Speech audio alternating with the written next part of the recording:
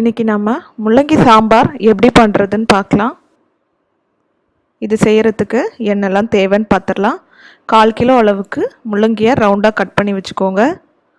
ஒரு தக்காளி கட் பண்ணி வச்சுக்கலாம். அடுத்தது ஒரு கைப்பிடி அளவுக்கு சின்ன வெங்காயத்தை இந்த மாதிரி நீல வாக்கில் கட் பண்ணி வச்சுக்கோங்க. ஒரு சின்ன எலுமிச்சம் சைஸ் அளவுக்கு புளியை தண்ணியில் ஊற வச்சுக்கலாம்.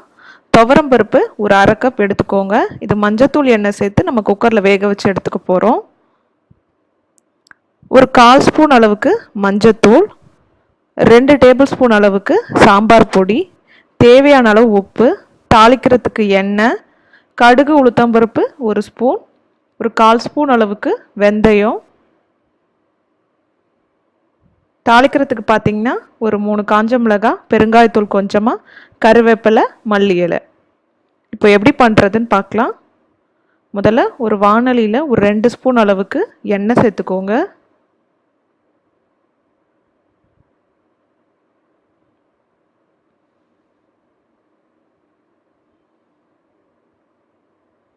எண்ணெய் நல்லா சூடானதும் நம்ம வெங்காயத்தை வதக்கிக்கலாம்.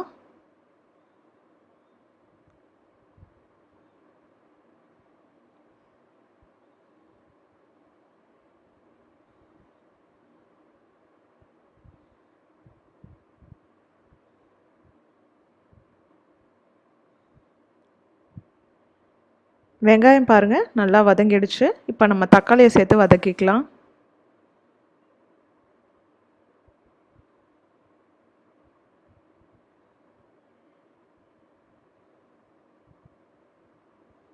தக்காளி வதங்கினதும் நம்ம நறுக்கி வச்சிருக்கிற முள்ளங்கியை சேர்த்து வதக்கிக்கலாம்.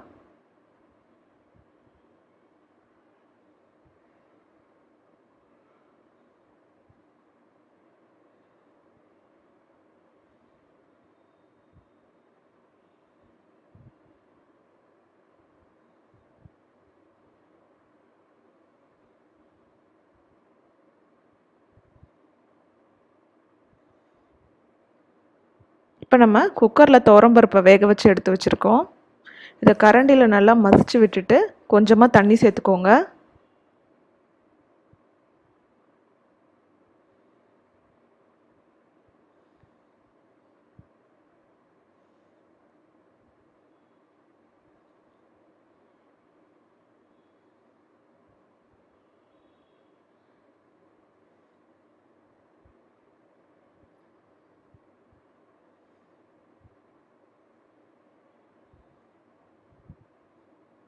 இப்போ முள்ளங்கி ஓரளவுக்கு நல்லா வதங்கிருச்சு.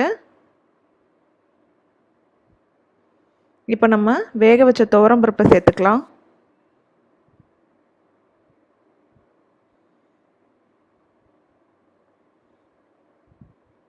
இப்போ எவ்வளோ திக்னஸ் வேணுமோ அந்தளவுக்கு தண்ணி சேர்த்துக்கோங்க. அடுத்து 2 டேபிள் ஸ்பூன் சாம்பார் பொடி சேர்த்துருக்கோம்.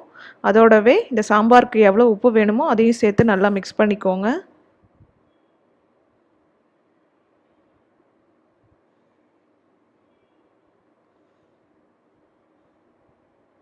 இப்போ இதை மூடி வச்சு ஒரு கொதி விட்டுருங்க.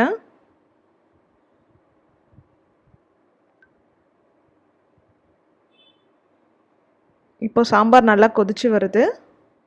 முள்ளங்கியும் பார்த்திங்கன்னா ஒரு பாதி வெந்திருக்கும்.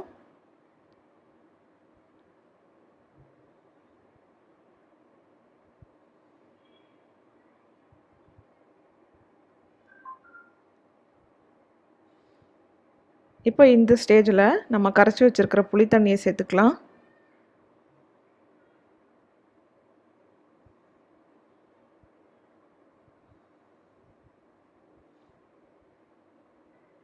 புளியை சேர்த்ததுக்கப்புறம் ஒரு 5 நிமிஷம் நல்லா கொதிக்க விட்டுருங்க.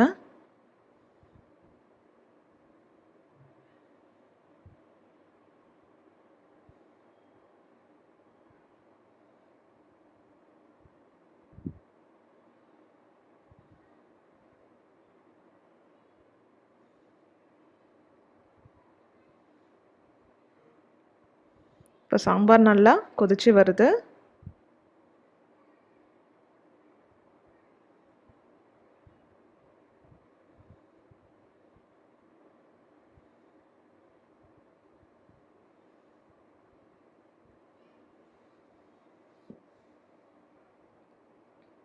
இப்போது புளித்தண்ணி நல்லா பச்சை வாசனை எல்லாம் போயிருக்கும். இப்போ கடைசியாக கொஞ்சம் மல்லி இலை கட் பண்ணி சேர்த்துக்கோங்க.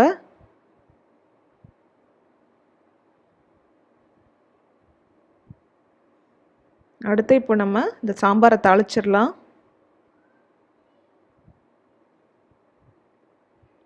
எண்ணெய் விட்டுக்கோங்க.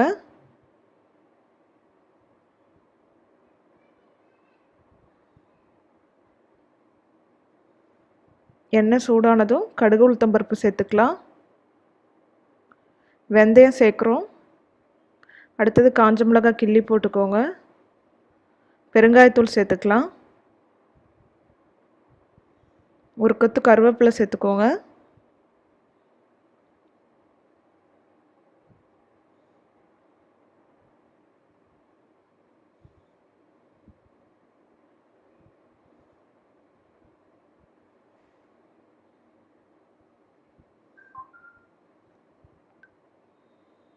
இப்போ இந்த தாளிப்பை நம்ம சாம்பாரில் சேர்த்துடலாம்.